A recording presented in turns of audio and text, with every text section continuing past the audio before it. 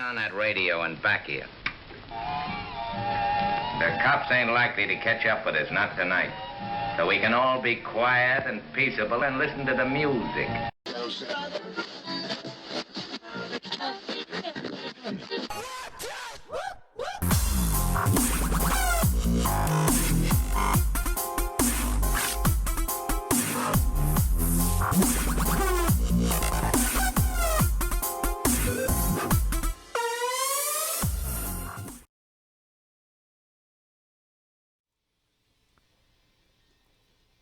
Hey, this is Dave Villa.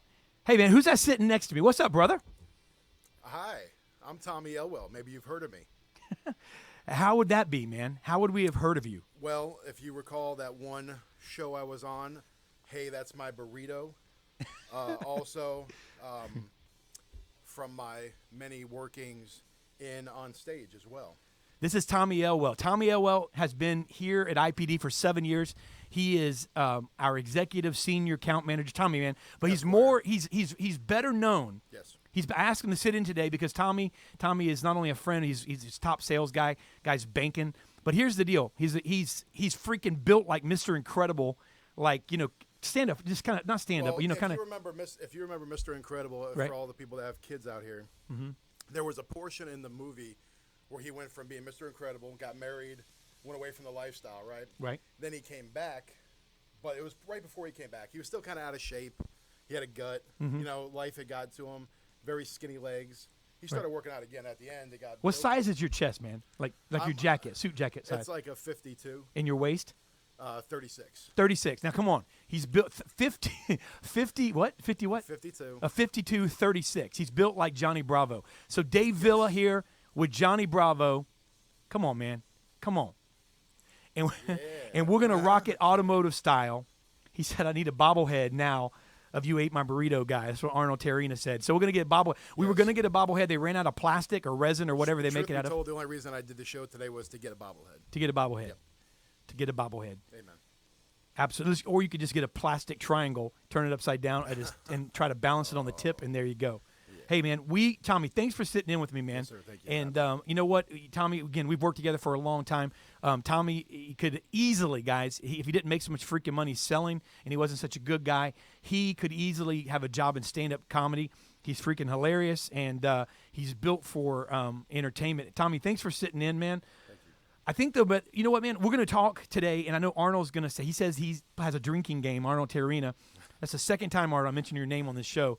But Arnold says that we have a drinking game every time we use the word training or talk about training. But today we are going to talk about training. But really, honestly, let me ask you a question, man. If we're not always better in ourselves, right? I mean, every single day, what do you guys do in our sales room? Every single day, starting at 9 o'clock, before you make a phone call, what do you do? It's always about training, staying on task, trying to perfect our craft. Not that there's necessarily something new or revolutionary, but it's always practicing. It's always even getting back to the basics when you stray away, for sure. So it's all about training. Yep. And the deal is this, we've got the best on the show today. And we're not going to just talk about training, not just other platforms, and not just, hey, how do you guys, how do we get more business, for you and all of that. I'm really going to bring up some things. I'm going to discuss an automotive news article. It's not new, but it does have some quotes in it from Grant Cardone, Joe Verdi. I want to talk about it. It talks about the sales game. It's an older article from about a year ago, but it's one of my favorites. I look back at it, but I want to really ask these guys some of these questions. And also, I've got the common job description of today's internet sales specialist. I want to talk about that. I want to get Alan Ram. I want to get Tom Hopkins and these guys talking about it. And then, we've got a really cool announcement coming up at the end, Tommy, of the show. We're going to be on the second half of the show. We got this little network that we're going to talk about this coming January 2016. We're going to be talking about that and launching it. And we've got some. It's still a secret to you, the listeners, but we've got a few. I think we have over 12 shows booked for the network starting in January, Autotainment Network, and we have a few of those hosts that are going to join us today, and they're going to talk about not just their shows, they're going to talk about how passionate they are about the auto business. It's going to be an off-the-chain show. I think they may be picking up Hey, That's My Burrito for a fourth season. I'm not sure yet, and it's a speculation, so I don't want the Twitterverse going nutso. but things are looking promising. So Looking good. So that's my burrito. no, hey, that's my burrito. Hey, that's my burrito. You want to write it down so you Shannon can get it right texted me and next said, "Tell Tommy to talk into the mic." So evidently, time. hey Shannon, guys, I don't need you to tell me what to do. Yes, Shannon. I'm sick of it. Is that better? Was that better in talking? Could you hear me I think better? it was better. Hey, you see this book right here? We've got another guest that's coming on the show today. We have Dave Anderson. Listen, if you don't know who Dave Anderson is, he's the CEO of Learn to Lead. Dave is a sales guru. He's had an extensive career prior to that in the retail auto industry. He has a brand new book out. He shipped us a case of these about a month and a half ago, and it's called It's Not Rocket Science. 4 simple strategies for mastering the art of execution. Dave Anderson is going to he's going to open up Digital Dealer 20 in January. He is the main keynote in the morning to kick the whole deal off. If you guys remember in September or in October, Grant Cardone did that. Dave Anderson's doing it in January. Dave's on the show today. And Twitter, man, it's already blowing up. Every time this little light right here blinks, it means you're tweeting. So when the hotline blink, that can only mean one thing. And it only means that the top 5 Twitter influencers today get an autographed copy of Dave Anderson's brand new book, It's Not Rocket Science. So get on Twitter. Let's blow it up today. The top 5, and we will reveal Mikey. If you're listening out there, make sure to send every 15, 20 minutes the who's in the lead on the Twitter leader. I sure will, Dave. No, it was Mikey. That's Mike Cherub. Oh. Mike Cherub, by the way, which Monster one? Mike. Oh, Mike. Hey, Oh, yeah, this is Monster darn it. Mike. Monster Mike is on vacation, him and his lovely wife. Somebody asked, Mike called me today to walk me through something and said, over it, Dave. You're the best. he said he got a phone call from somebody saying, "Hey, are you still there?" And of course he's there. Listen, Cribbs is not here, but man, everybody else is here, brother. Amen. Mike Cherub is on vacation. He'll be back on Monday. We have Dave Blaisdell, our general manager, and he was trained on how to run the show. So if anything goes wrong, blame him. Yes. I have his email. Yes. Call me directly. So Mikey, this guy right here, Yeah. make sure you send out the tweeter leader. Hey, we got 2 minutes. 2 minutes, and then we're going to jump to a quick commercial break. So, hey, listen, here's the deal. We got some upcoming things. Listen, I want to go ahead and tell you that that Auto Dealer Live is partnering with Digital Dealer this year. If you've seen it, it is huge. We are, man, blessed and privileged that Mike Roscoe, Seren Isselbach, and Melissa Green and Alyssa Frey, I mean, all of these great people, Matt over at Digital Dealer, have allowed Auto Dealer Live to keynote on Wednesday, the evening keynote, Tommy. We're going to be on the big stage. And here's the deal. It's not about this show, but this show, hopefully you guys watch this and listen to this show because we're bringing you relevant automotive content. We have Rick Reichart, Matt Lasco, Brett Oob, and John Marazzi, no strangers to this show, that are going to be on the panel. We're going to bring the Great American Automotive Panel to the stage of Digital Dealer, and we're going to give tickets away. If you want tickets to Digital Dealer, and dealers, listen, I want you to get on Twitter. I want you to respond to us, and we're going to give tickets away today. And every single week between now and Digital Dealer, we're going to give tickets away. So if you want to go, let's get on Twitter. Let's blow it up, and we're going to make that happen. All right, Digital Dealer 20 is coming up in January. It's in Orlando. You don't want to miss it.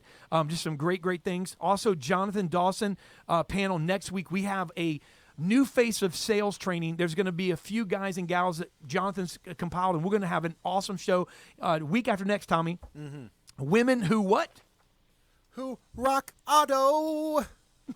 Hey, say it one more time, man. Women who what? Rock auto. Come on. Ooh, I think I hit that one. Women who rock auto. Yes. We've got 2 panels. There's so many women, so much estrogen on the freaking show that I'm not even going to know what to do. It's like I'm going to feel like Mel Gibson. Our beards are going to literally fall off from the estrogen. You get that? That threw you off? Yeah. Okay. Well, because women have estrogen, that keeps them from being hairy. Harry. And then so if we had, this is why I don't do this regularly, folks. There's a reason for it. So I'm going to let Dave take over. He's doing a great job with the women who rock auto. Then we have a round robin sales panel. We've got an e-commerce. We have about 5 or 6 of the strongest e-commerce directors in the nation on the blacktop currently. That's going to be a show in January. We've literally got shows booked out through March, and we're going to be at Digital Dealer in January. You don't want to miss what's coming up. And we've got some outstanding guests that are going to be with us. Shaka Dyson is going to be coming on first week in January. Same week we're launching what we're going to be talking about in a little bit with the Autotainment Network. He's going to be coming on. He's going to be breaking some news of what he's doing first. You don't want to miss Auto Dealer Live and what's coming up over the next few weeks. Hey, listen, though, the next up right now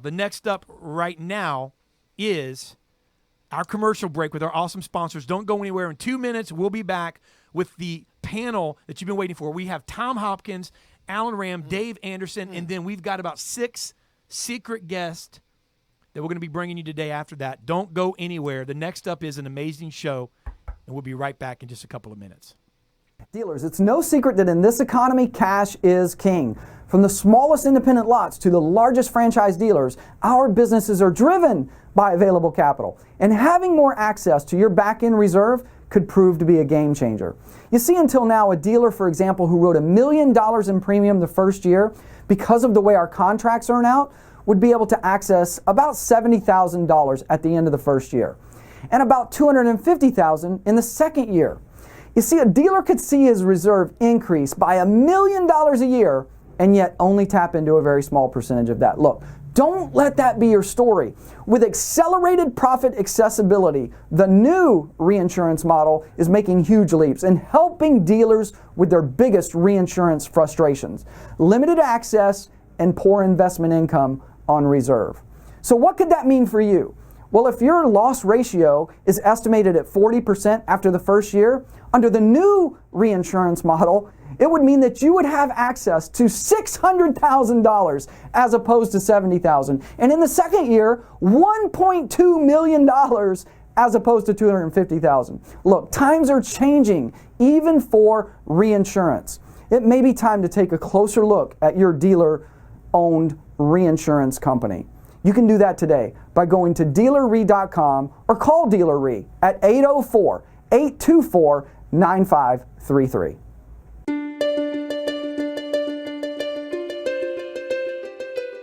Max Profit Selling, an easy-to-follow, buyer-friendly sales process that will give you the tools, skills, and confidence to consistently sell premium vehicles to delighted buyers. To learn more about selling the way your customers prefer to buy, please visit nopressureselling.com or call 1-800-515-0034.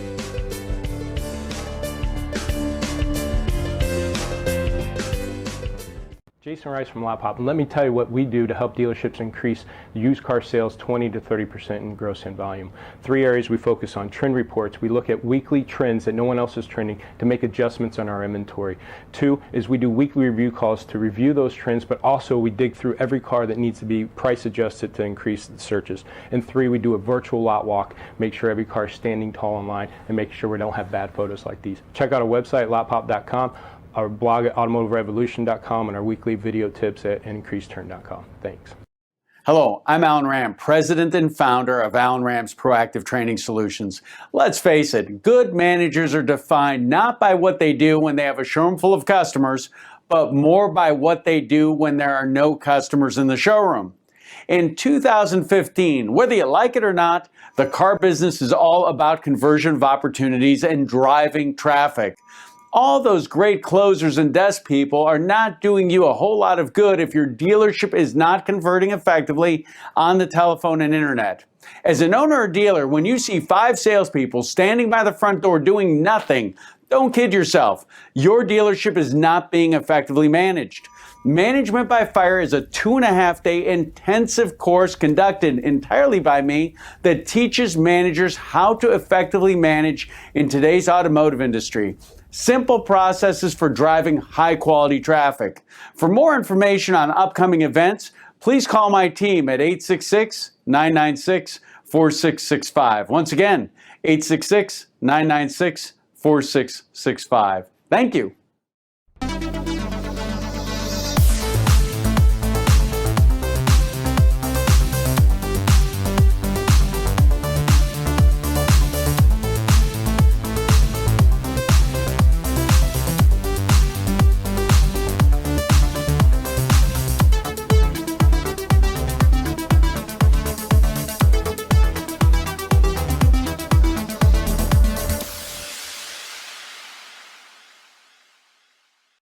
What up? We're back.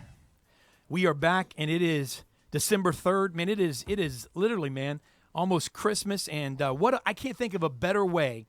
I can't think of a better way to start the month of December than to talk about training. Because here's the deal: if you're waiting until January 2016 to get yourself in the right position and frame of mind for training your dealership, then listen, you're missing the boat. If you don't do it today, you're not going to do it tomorrow. And procrastination is what keeps you and I from getting to where we need to get to. I can't think of any better individuals. So the next up on Auto Deal Live today is the one and only Alan Ram, and then the legend. I mean, really, honestly, I mean, when I first got into sales, this is who I was given. My father gave me a book and said, read this, and it was Master the Art of Selling. We got Tom Hopkins and Alan Ram on the phone. Guys, thank you for joining us, and I want to welcome you guys to Auto Deal Live. Alan, you're no stranger, and Tom, I know it's been a few months, but thank you for joining us, guys. How you doing today? It's muted, Dave. How you guys doing? Can you guys hear us?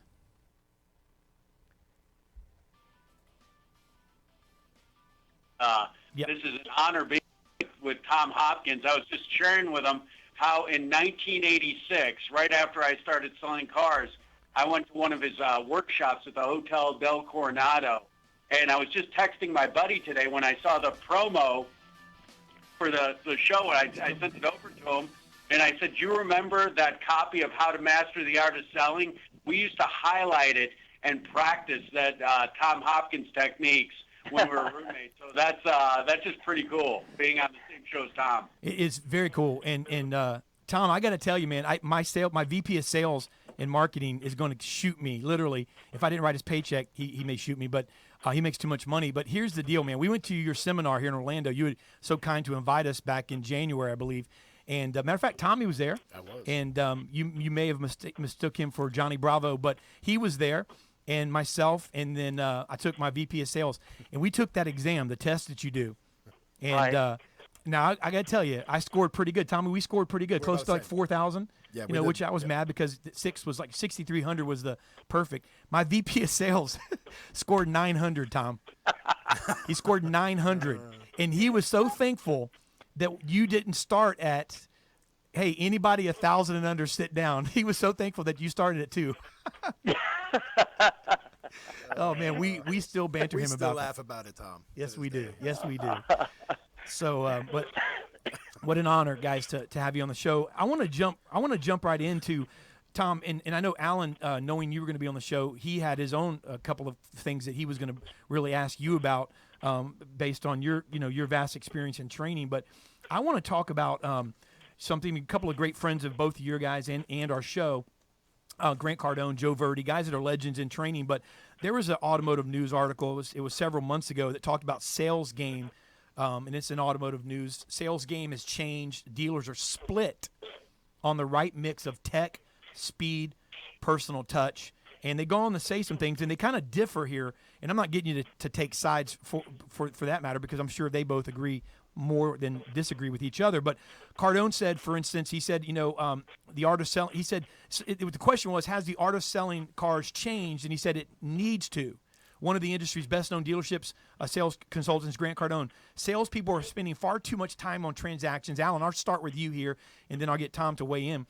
Particularly said at a time when it's critical for dealerships to increase their throughput. And then Verdi went on to say, but spending less time with customers results in a lower closing ratio. And then, of course, there's stats to back both of these up. This is a dilemma, man. I mean, dealers, I know one of the things you want to talk about today with Tom, too, is why is it such an issue for dealers to wrap their head around training? But weigh in on that, Alan, about how the sales game, has it changed or has it not changed? Yeah, it's changed in how we communicate with customers in general.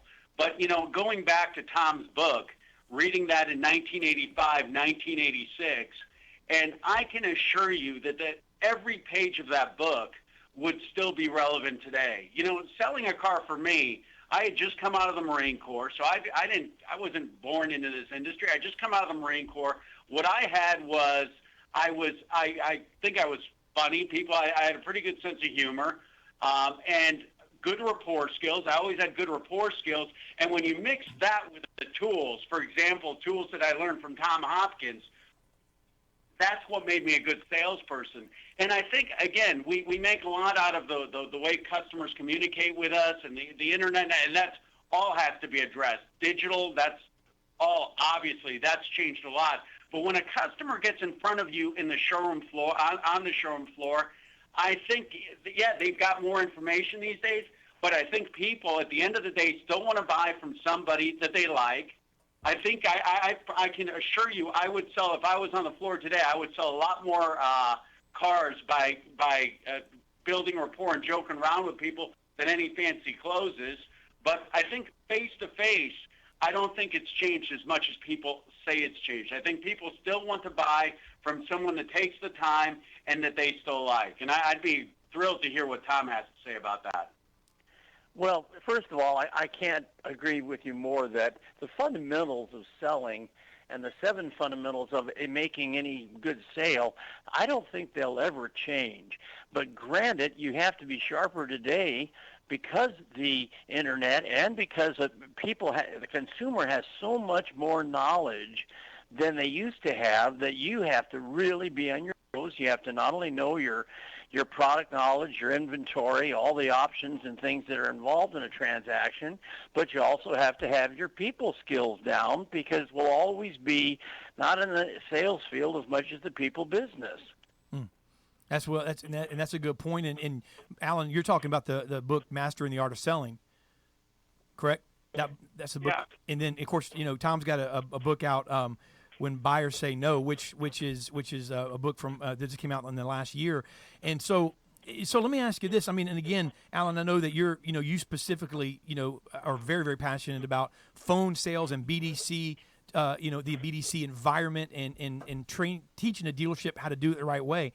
Tommy stirred up something here he was talking to me about before the show. Well, it actually refers to I guess this is more of a description for an internet sales job specialist. description. Yeah, job description. This will get you fired up, Alan. This is for you, Alan, because we know you'd appreciate this. So the job duties, keeping a dealership's website up to date with vehicle specs and availability. That's important.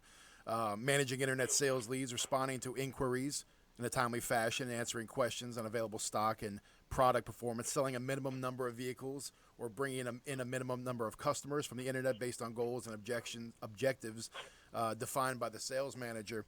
And I guess the question is, more than anything, is this not something that a quote-unquote regular salesperson couldn't accomplish? Isn't that sales? Is that a question for me? Yeah. Dude, starting with you. Yeah. I think that, it's not like it was 15 years ago when everybody on the internet, internet customers were different. These days, everybody's an internet customer. And if you're a salesperson, it's whether it's an inbound sales call, an internet lead, a customer walking through your front door, a customer's a customer. So I don't necessarily think that we need to have the degree of specialization that others believe that we need to have. If I'm a salesperson, I can communicate with people online, I can communicate on the phone, and I should be able to communicate with people face-to-face. I think that's part of being a well-rounded salesperson. Well, and I think you have to be adaptable to the person that you're in front of.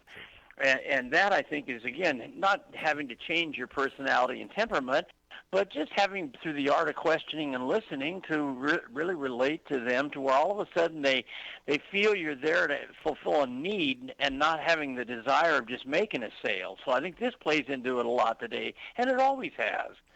Yeah, very, very good set. And let me throw this, Tom. Joe Verdi went on to say in this article, which I agree with, but it's a really, really interesting point. And he said so much is riding on the salesperson, and he said, and that's often the least trained, least educated, and least motivated person in the industry. You go to these conferences that obviously we attend, and you go to the people that are listening to the show. A lot of them are managers and so forth, and that's great. Obviously it starts from the head down.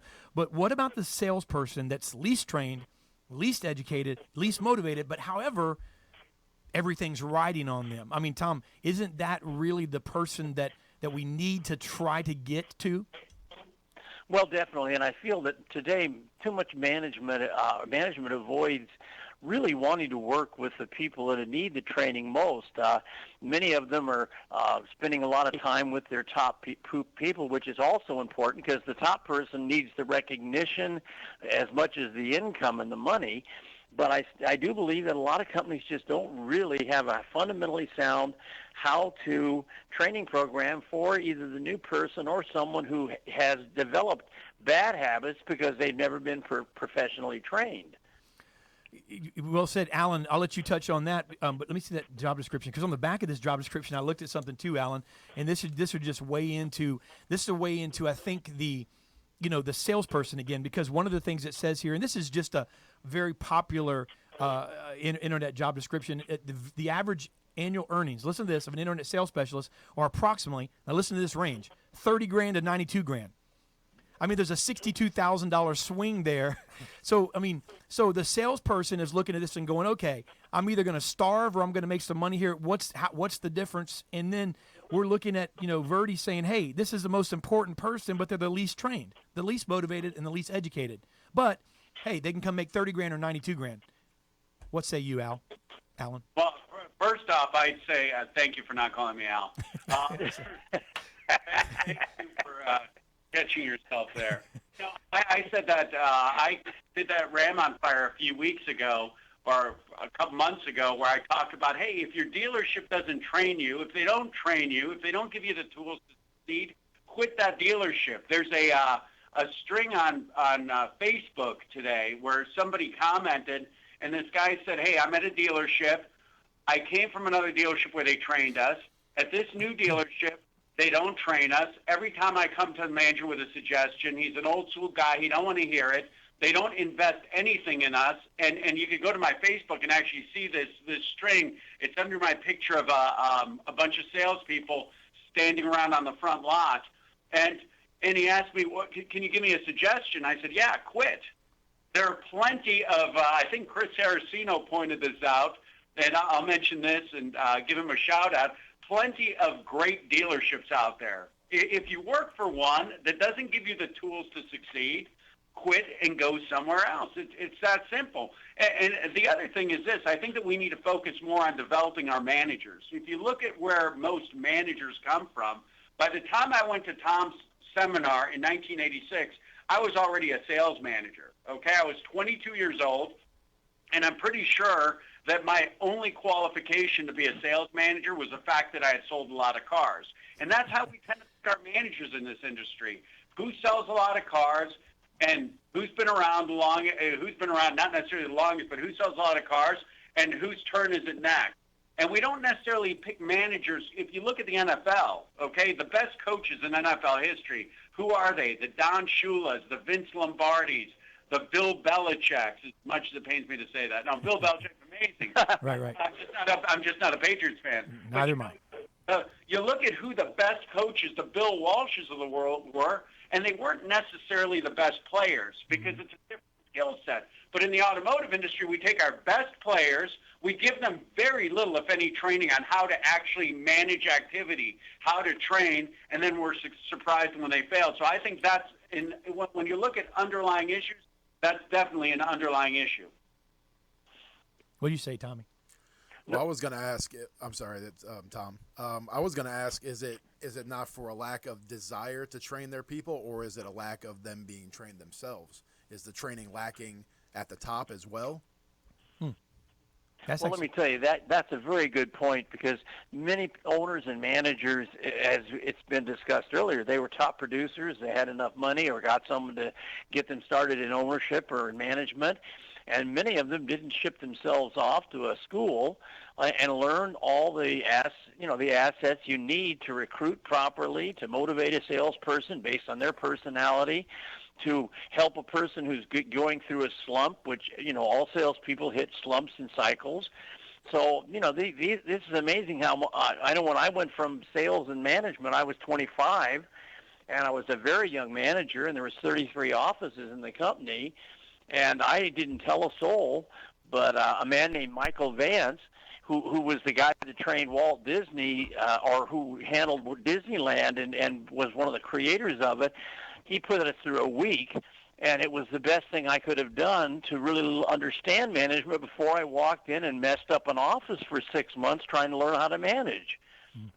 I mean, Alan, Tom, what you're saying, and Alan said a minute ago, isn't that the definition of the Peter Principle? I mean, isn't that promoting beyond beyond maybe what we're capable of? We're a really good salesperson. We're less of a good general sales manager, and then we really suck at a general manager. I mean, isn't that really kind of what that is? Alan, isn't that the definition of the Peter Principle, so to speak? Promoting beyond, what we should really or are capable of doing? I think so. I would agree with that. What do you think, Alan? I don't know if it's promoting beyond what they're capable of, but look at, train them. If you're going to have managers, like I said, it seems that the way dealers pick the next managers, they take the best salesperson who's been there a little bit. And all I'm saying is train that person in how to manage. As a manager these days, that's something that I think has changed dramatically. Back in the day, it was all about how many deals could you desk at once and how good a closer you were. Mm-hmm. These days, I think it's more about managing activity. And what I mean is when you walk into a dealership, you still see, I'm right here in Scottsdale, Arizona. If I go down Frank Lloyd Wright and stop off at some of these dealerships, I'm going to see 7 salespeople standing by the front door. They've been there for 3 hours talking about their fantasy football team. And you see a manager sitting inside hoping that somebody brings him or her a deal today. You can't convince me that at that point that dealership's being effectively managed. And they also need to know how to train. I was called a trainer in the automotive industry for 3 years before I ever figured it out. So if I didn't know, I can imagine that most managers out there don't know. So I don't think it's any malicious intent or any that they're bad people. Mm-hmm. I think we just need to put more of an emphasis on training. And the fact of the matter is, these dealerships in today's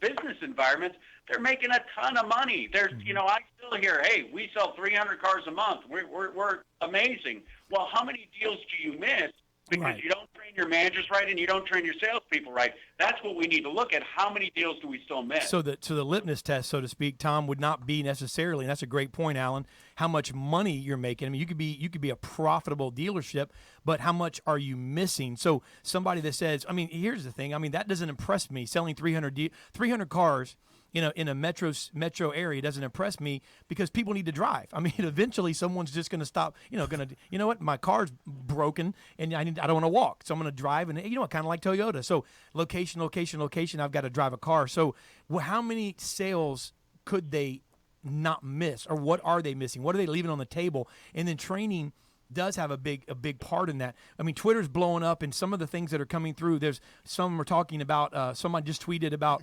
promoted beyond their level of incompetence or to their level of incompetence. And then some are saying, if you don't get the training, should you not go out and find it? Somebody said, if a dealer does not have customer experience management, they will never know their own gross revenue potential. So, I mean, people are weighing in and saying these things.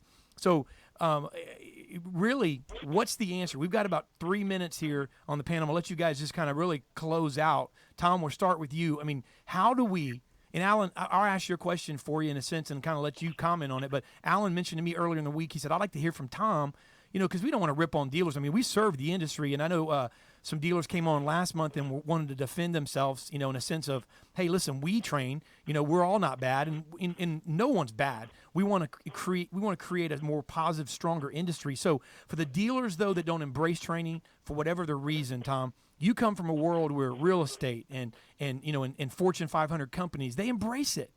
How do we get through, in your opinion, Mr. Hopkins, on the culture of the auto business and see it change for the better?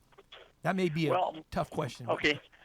Well, one of my best friends is Chuck Fison, who owns a fabulous dealership, Mercedes, here in Scottsdale. And I had the same question to him. I said, Chuck, what do you feel the reason is that some of the guys like you don't have a lot of training involved? It's just because I recruit people. We hire people that know what we're bringing to the table is the expense of our dealership, the quality of our vehicles, the reputation in the community. He says we attract quality people coming in, and most of them are really good, or we wouldn't hire them.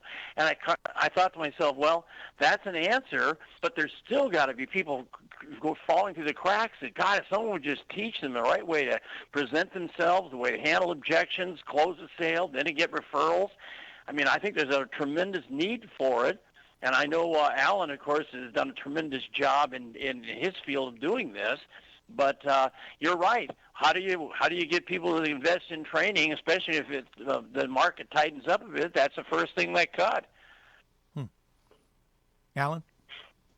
You know, and as far as it sounds like that dealer that Tom just mentioned is relying on somebody else to have trained people for him.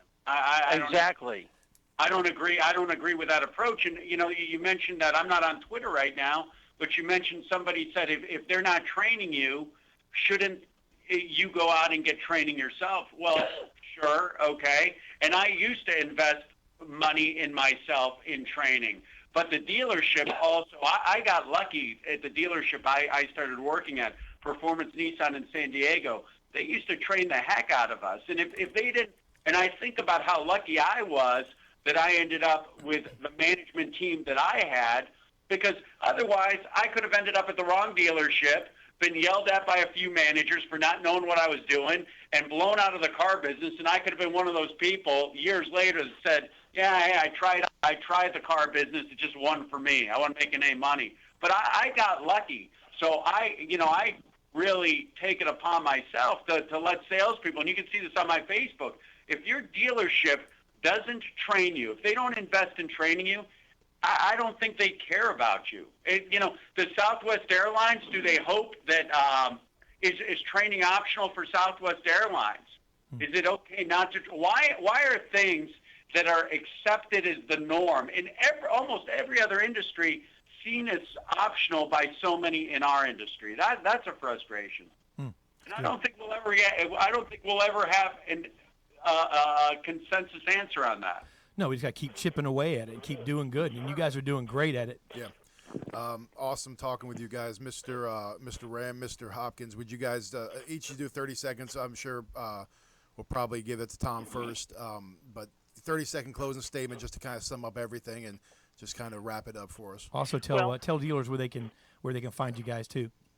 Okay, my 30 seconds is this, that all the earmarkings there for 2016 to be a great year for the people to get really active in the December and get in touch with their people, stay close to their people, get the Thanksgiving cards out, do all this activity in December so that you start off running 2016. And I think it's going to be a great year in the field of sales of all industries, including the automobile industry. Amen. Good point. Well said. Tom, where do dealers locate you, Tom, if they want to send some of their salespeople to your academies? Oh, yeah. They could just go to tomhopkins.com, and they'll see our blog and have all of our products and, of course, all my seminar schedule. And I'd love to have them come in and love to put them through the paces like we did with you guys. Well, awesome. And, hey, guys, listening, you obviously know who Tom is, but he's such a legend. If you Google Tom, which is a pretty doggone common name, right? Mm-hmm. Tom, and then start typing H, his name pops up. So that's pretty good. Mine doesn't do that. So and you can follow Tom on Twitter at Tom Hopkins Sales. Yeah, so absolutely. at Tom He's Hopkins Sales. Over 20,000 people do, and Tom has some amazing tweets there. It must have some of them on automatic, or you get up really early, Tom, because you're in Arizona with Alan, and I get tweets at like 5 in the morning sometimes, and I'm reading them, but I'm like, man, Tom's either up early or somebody's working hard there. But thank you for being with us. Hey, my pleasure, guys. All the best. Happy holidays, everybody. You too, man. Merry Christmas. And Alan, go ahead and give us your. Yeah, I'm just going to go ahead and say what he said. I'm going to let Tom said it very well, and I appreciate the opportunity to be on this show today, and I thought it was a great show. If people want to get a hold of me, my website is alanram.com. Real easy to spell. And phone number is 866-996-4665 right here in beautiful Scottsdale, Arizona. Amen. All right, Alan. Awesome, all the best, you guys. You too, guys. Thank you both for joining us. Thank you. And Bye-bye. we'll talk to you guys very soon. Thank you. That was awesome, man. That was good. Well, hey, we're not even going to take a breath. we're going to go into the next up here. And again, you can get this, by the way, for the Tweeter leaders. We do have a couple of Tom's books. I think I have one or two here that Tom had autographed at a prior time. So for the top 5, get It's Not Rocket Science, autographed by Dave Anderson, who's going to be the next up here in a second. Top 5 on Twitter, hashtag AutoDealerLive. Use the hashtag AutoDealerLive. Let's blow Twitter up. Top 5 influencers, which Mikey should be sending out periodically, who's in the lead. Just keep going. It doesn't have anything to do with your followers. It has to do with interaction. Top 5, hashtag AutoDealerLive. Get an autographed by Dave Anderson. It's Not Rocket Science. And the top 2 are going to get an autographed book by Tom Hopkins, When Buyers Say No. You get 2 books if you're in the top 2. Come on, man. That's like $100 or $50, $60, $70 worth of books right there, Tommy. And especially with the autographs, that's worth a lot more. Absolutely. All right. The next up on Auto Dealer Live. With us today on Auto Dealer Live is the president of Learn to Lead, but more than that, a great, great man, Dave Anderson. Dave, how are you? I'm doing great, David. How are you today? I'm good. I'm a lot better now that you're back on our show. It's great to be back with you. It's been too long. It has been too long, Dave. I'm excited about you being here. I'm holding in my hand your book, It's Not Rocket Science. And Dave, you're no stranger to authoring books. You have 13 great successful books. But the latest, It's Not Rocket Science, 4 Simple Strategies to Mastering the Art of Execution. Today, I want to get with you and get some insight from you as the author of this book. So Dave, tell us a little bit about It's Not Rocket Science. No, David, for years we hold a 3-day strategy summit, probably for the last 13 years, where clients would come and we would plan the upcoming year. The first day we would work on their vision for the next year. The second day we'd work on the strategy, putting the plan together. And the third day we'd work on how are you going to execute it, which is really where the rubber meets the road. And a lot of these same clients came back year after year after year, and they shared successes and frustrations. And what kept coming up over and over again was, you know what, we started the year with a great goal. We really felt like the team was dialed into the vision. They had bought in. They were excited about it. And we had a super plan. We really spent time working on it. We collaborated, and we felt like it was great. But then we just couldn't get it done. We couldn't get it done well enough. We couldn't get it done consistently enough. We just didn't execute. So I heard that over and over and over again for many, many years. So I created a workshop strictly on execution. It's called the 5 Disciplines of Execution. And I started to see over the last 2 or 3 years how it was helping our clients get greater results with the same amount of people, the same number of opportunities, and actually in less time. And that's what happens when you get better at executing. You don't need more headcount, you don't need more opportunities, and you don't need to work, your day off and come in early and stay late to get more done. You do better with the opportunities you already have. And so when I started to see that success, I thought, you know what, I need to do a book strictly on execution, because I really think that's the missing something for so many people out there. And I can see it in their eyes when I'm starting to explain my 5-step execution process, that they're thinking, this is the aha, this is what I haven't had, this is what's been missing, this is going to take my vision and strategy and convert it into results. So that's the background on how the book evolved. Yeah, I love it. And I know that you have been a part of many dealerships' successes, even though your book crosses over, obviously, into other industries. And I know that you're plugged into the auto business extensively. In fact, Dave, you're going to open up Digital Dealer. You're going to be the keynote opening speaker for this upcoming January's Digital Dealer in Orlando, if I'm not mistaken, correct? That is correct. I think as dealers, there's no one that knows better in a car dealership that execution is important. We have a sales process we follow, and sometimes it gets a little challenging throughout that. Maybe share, Dave, with dealers some practical things that they can do, or maybe how they can look at execution, and maybe share a few things that can be put into play that can make a difference. Well, sure, I'll be happy to. In fact, in the book, the 4 strategies for mastering the art of execution, really pretty simple. You've got to get the process right. That's the first one. And we're talking about the execution process. Most people don't have one. If you ask most managers, what's your execution process, They say things like, well, we have meetings, we set objectives, we follow through, but they don't really have a step-by-step process. So I give them a 5-step-by-step process. It's a 5-step process. You got to get the process right. You got to have a process. Secondly, you got to get the leaders right. If the leaders aren't executing, if they're not clear on what's most important every day, and David, I'm not talking about chasing 20 different goals. One of the strategies is you've got to focus fanatically on the ultimate few. That if you're chasing 20 different things at the same time, you've divided your energy by 20. And you're giving about 5% of your time and energy to 20 different things. Now, how many of those do you think you're going to do with any excellence or any particular consistency? So it's narrowing your focus on those 1, 2, or 3 objectives that are going to drive the rest of those things. I'm not talking about the good things or the great things. I'm talking about the best things. And so you got to get the leaders that are dialed into that and that are holding people accountable. So you get the process right, you get the leaders right, then you got to get the culture right.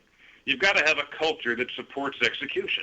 You know, the last thing most dealerships need is another vision that's going to disappoint them because they don't have a culture that supports it.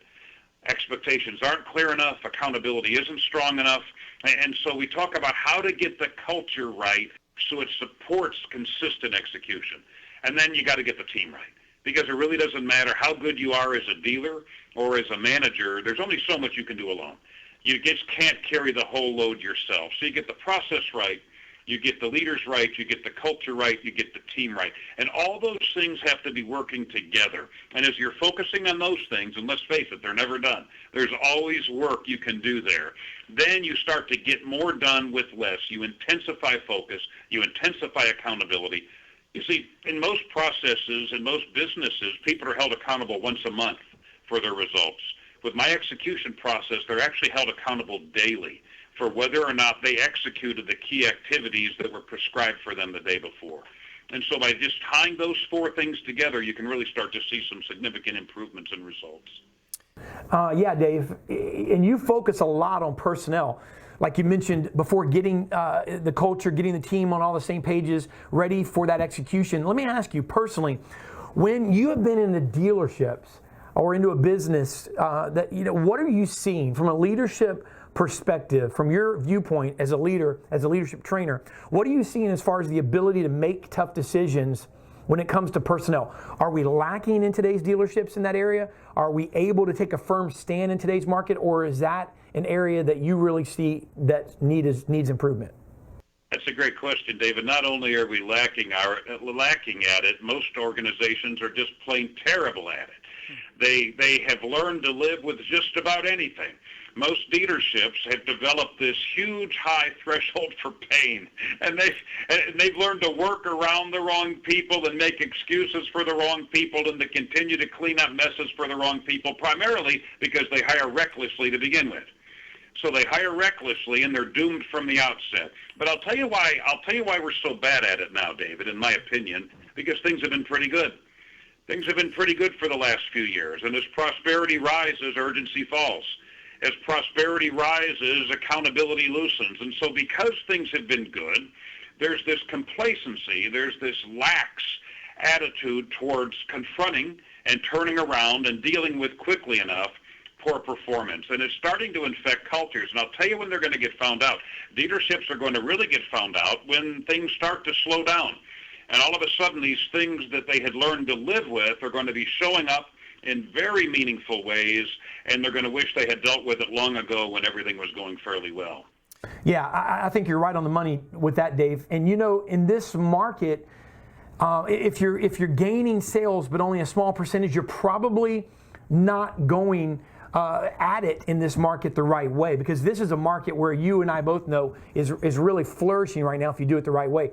Those are the kind of situations that really automatically are coming. I agree. Let's face it. You know, a lot of dealers and managers, they mistake a bull market for brains. And we've had a pretty good bull market. We've had a pretty good run lately, and it's not genius to create some growth and some results with the market, with the cheap money we've had, with the demand we've had, with the good product we've had. I mean, come on. A lot of folks out there are doing it in spite of themselves. And unfortunately, you know, it takes that crisis to wake people up And a downturn will always expose the sins of the good times. What I suggest is don't wait. Don't wait for a slowdown. Don't wait for something bad to happen to start to deal with the people who can't execute.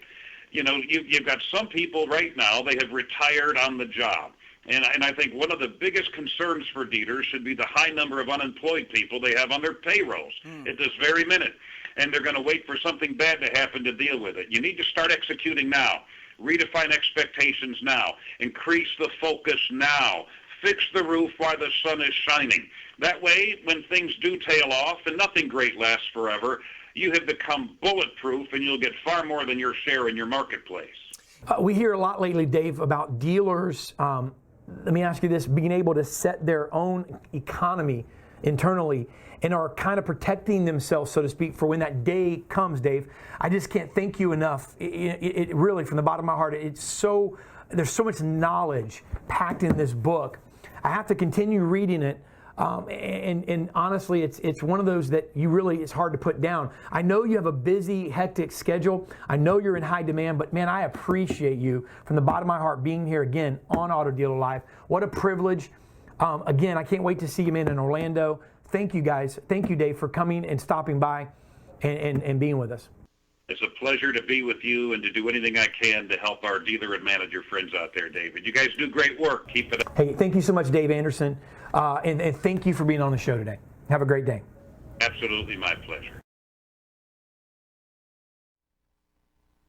My mic was off. My mic is off. You got to understand, man, we have a fill-in. He's doing a great job. Let's give him a hand over the airwaves. Dave Blaisdell, man. He is nervous as a long-tailed cat in a room full of rocking chairs right now. That's what makes him. That's why he's doing an excellent job, because he cares. He cares. That's why. He cares. That was Dave Anderson. Dave, man, we can't wait to see you in January. Opening up. That Joker is opening up in keynote at Digital Dealer 20. He is amazing. CEO of Learn to Lead. Top 5 influencers get his book, his latest book. He's got like 10. And amazing. And hey, listen, we're going to move on. And guess what? Tommy, we got a great, phenomenal announcement, guys. You've seen it on Twitter. It's going to be hitting dealerships in the next few days. 12,000 dealerships, general managers at their doorstep. Dealer Solutions Magazine. It's on the cover. Boom. It is starting the first day for the first set of shows is Tuesday, January 5th. January 2016, or Twixine, however you want to say it, right? You should hashtag that, and that's ours. Twixine. Twix. When I think of Twix, man, I want to, you know. What do you think of? I thought of Twix, too. It's obvious what I thought of. Look at me.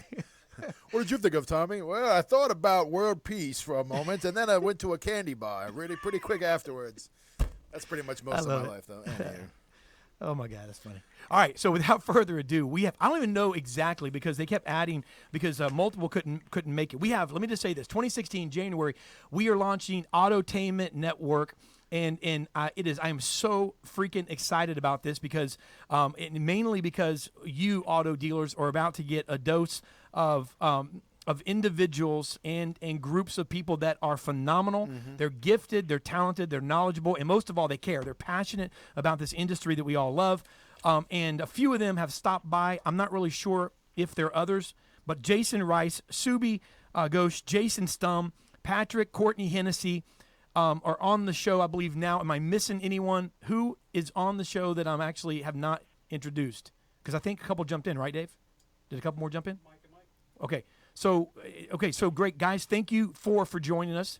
I think actually 1, 2, 3, 4, 5. Is Patrick and Courtney both on? Nope, just Patrick. Courtney couldn't make it. Okay, hey, guys, how are you today? Doing awesome. Doing great. Doing great, man. Thank you guys so much. And listen, I want to say this before we jump in. We're kind of making the announcement on air. We have 12 shows right now committed to the network, and we're going to be heavily, not subtly, releasing through social media, beginning really this Monday through images and blowing it out through social media. We're very excited, and I want to thank you guys for taking time out, really on a short notice, to come on the show today. And is it okay, Subi? Is it okay if we just talk a little bit about, because what I really think what makes the four of you guys, and we have Mike and Mike on as well. Mike Cherp, are you on too? I am now. Okay, Mike Cherp is now. Okay, well, Mike is our producer. Hey, Mike, you're lucky you're on vacation because, then you'd be in trouble for not being in the studio right now. But we want you to come back, man. So Monday, we look forward to seeing you. And so we're talking to you guys about autotainment, but I want to talk to you about really what you're passionate about, and that's the auto industry. And Subi, why do you love this industry so much? Because it's awesome. I love how creative and how tight-knit and small and yet exceptionally large that it is. I love that we touch so many people, and I feel like there's so much more to grow and learn, and there's so many people coming in that want to do that, and it's such a great time to be a part of this industry because people are hungry to learn and to connect and to network and to see the industry through fresh eyes, through some of the new people coming in. It's just a really exciting time with how much we're embracing technology and how quickly everything is evolving around us. Technology, social media, websites, all of it. It's just a really, really cool time right now, and I just love this industry. Subi, I'm gonna get you mad at me because I saw your tweet earlier about leaving estrogen alone. It was making you want to cry. You saw that? I did. And Bobby Herring said this industry is exhilarating. Jason Stum, I'm gonna ask you. You know that this show has no filter. So we're. If there is such thing as a politically correct, we're kind of unpolitically correct, so to speak. We just kind of say what we want. But Subi, only really can you or a female in the industry get away with saying this industry is exhilarating, and then saying, Subi, I don't know if you said, I want to touch, and I want, and really, loving, and from the left side and the right side, you really kind of you really made me feel special about the industry. But Jason, I don't think that you could have gotten away with saying that. Oh, I can get away with saying anything. Come on. But no, first off, David, just let me say, long-time listener, first-time caller. Really glad to be on the show here. But what I love about this industry, what just gets me pumped up, is that it is the ultimate land of opportunity. When I stumbled my way into this business in 2008, I was just a knucklehead who didn't know where he was going in life. And here I am 7 years later, and everything, all the blessings in my life, everything that I have, and I'm not just talking material stuff here. I'm talking spiritual. I'm talking family. All these things that I have is because of this business. So what is not to love about it? That's awesome. That's well a good said. answer. Well said. I was Absolutely. the exact same thing if you would ask me. So that was exactly my answer. I think it's 90% of the population. We all say that we accidentally fall into it and then purposefully fall in love with it. This industry is so much opportunity, and it's exceptionally lucrative. So it's a great place to be. It is. And Patrick, I know Courtney's not with you today, and you guys, what would cause, the two of you to be so crazy to, in addition to the rest of us working full-time jobs that, that are not, it's not like, bagging groceries. I'm talking like mind dealing, right? Jobs to on your personal time, put content together for people you don't know. What in the world? Why would you do that, Patrick? So I'm a close. Those previous two answers were a close second and third, but primarily we just love the people in this industry. I mean, it's funny, on our show we ask a lot of our guests, what did you want to be when you grew up? And no one ever says, I want to be a car salesman, right? But the truth is, if you walk around the showroom floor, there are so many different backgrounds and education levels and upbringings, and all the success is available to no matter who you are, what you do. And to tie it all together, like with the technology that's out there, the way that things are changing so fast, we're really on like a cusp of the industry right now.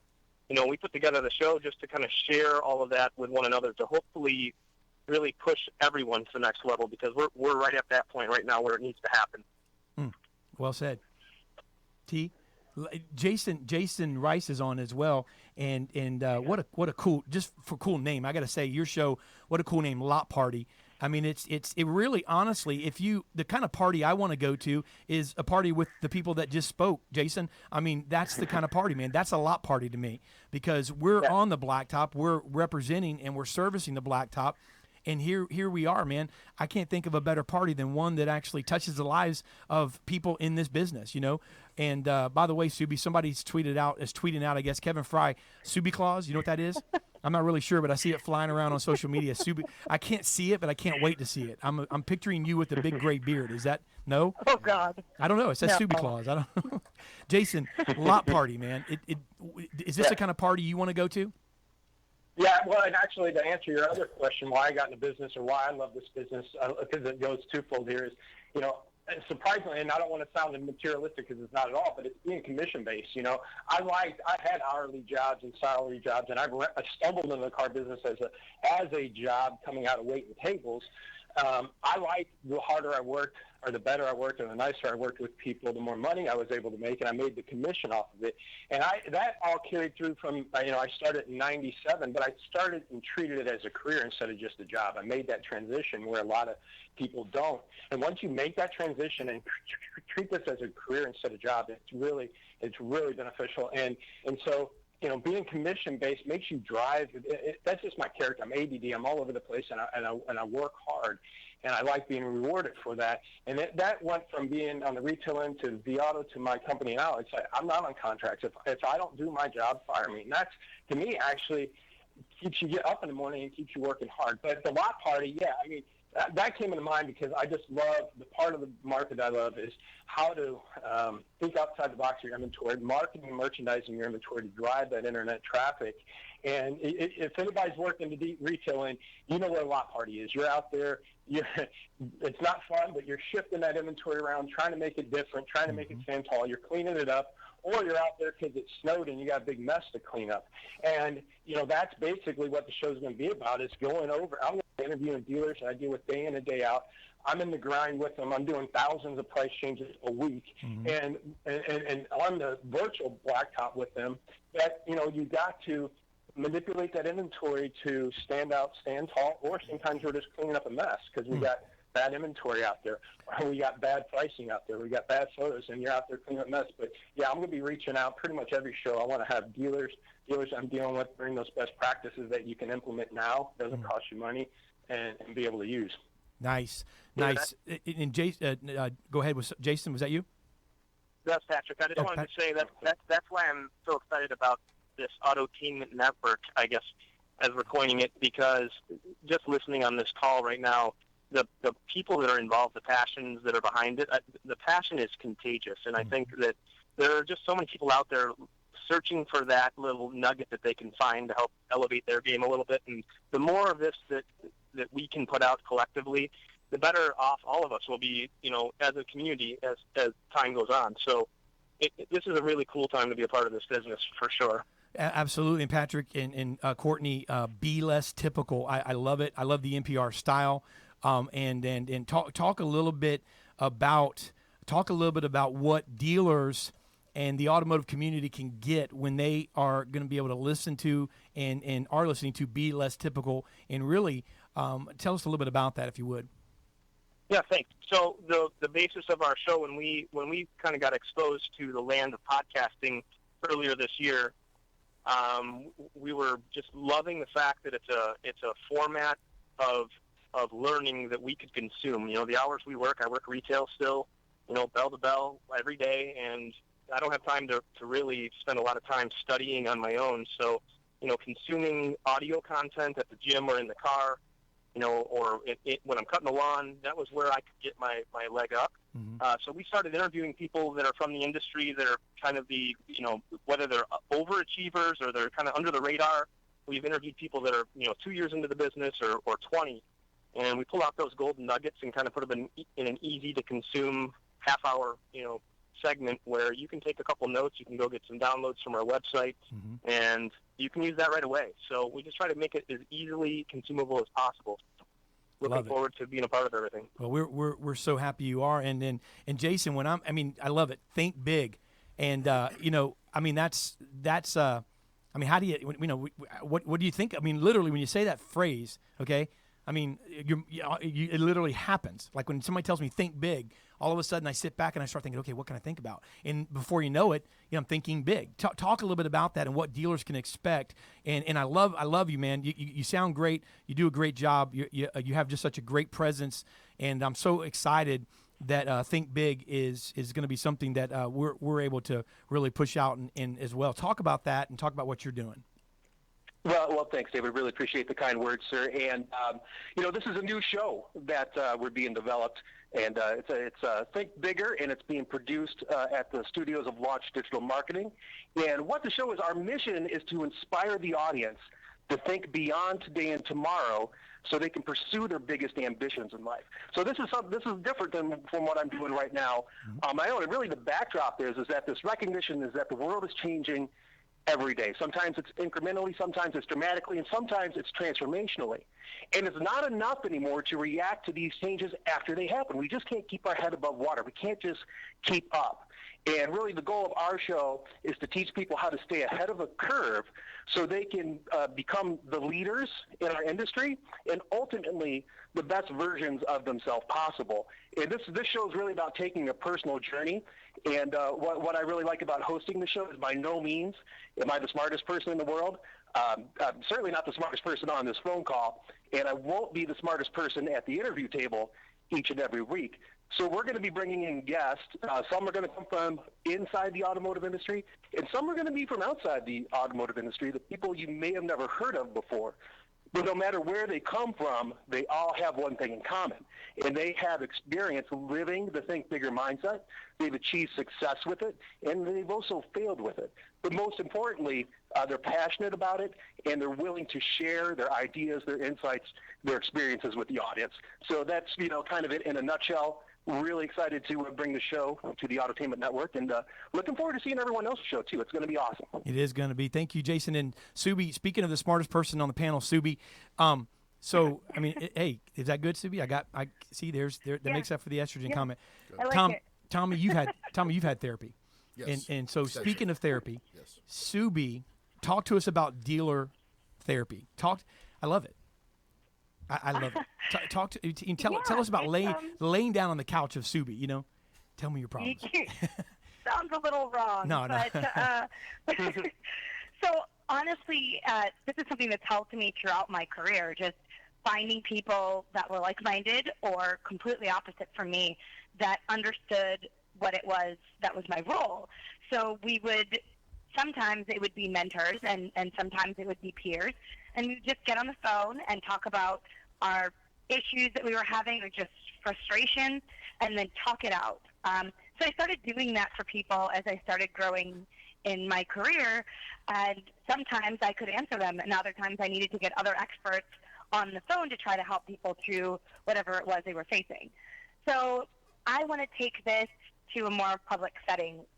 We did it with Bobby, we talked about issues that could help everyone, but also specifically for her to help her diagnose her issues. Hashtag partner with Bobby.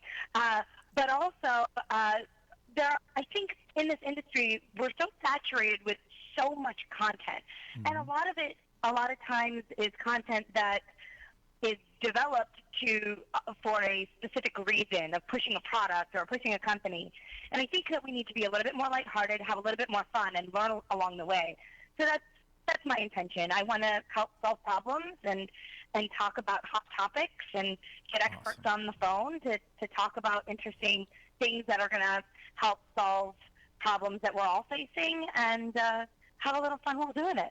Awesome. It's going to be exciting. We have one more group here on the show. Tommy, there's 12 shows, and we have them all now, and we're going to start releasing them even today or tomorrow. We'll start putting it out on social media. Yep. But I want to thank you guys for being on the show. But we have one of our very own, T. One of our very own, Mike C, as we'll call him for Monster Mike. He's Monster Mike, yeah. And then you Mike. Address me as Monster Mike. Sorry, bro. Mike and Mike O. Mike and Mike. Mike and Mike. The real Mike and Mike. And the show that they're doing is called Just a Millennial. Yeah. So tell us a little about it. So, Mike, I gotta ask you, man. I'm going to ask you this. What the heck do you guys know? You're just millennials. He's just a millennial. You're just a millennial, man. We're just a millennial. It was funny. I was talking with Subi. I think it was either earlier today or yesterday. I was talking with Subi, and she kind of asked what we were doing.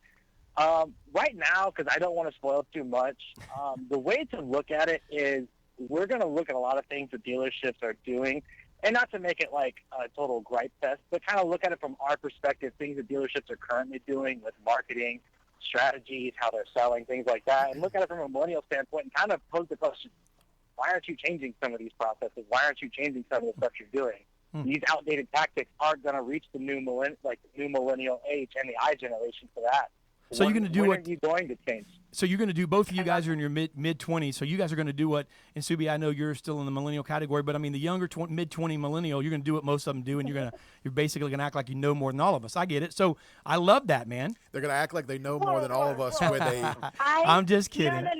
With a beanie cap. I love Like the one of those- topic. I Me love and Mike it. were talking about it yesterday.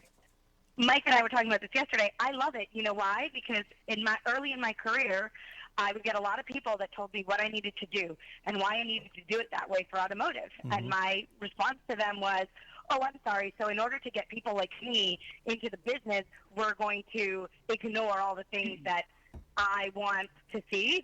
So clearly I have no idea what I'm talking about because I'm only experiencing it. And opening up their eyes to see it that way, I think really helps. And I think they offer a really fresh perspective. So I'm excited to see what you guys have, but I'll still push your buttons. Let me be clear. I don't want people to think that this is going to be, pardon my language, another bitch fest.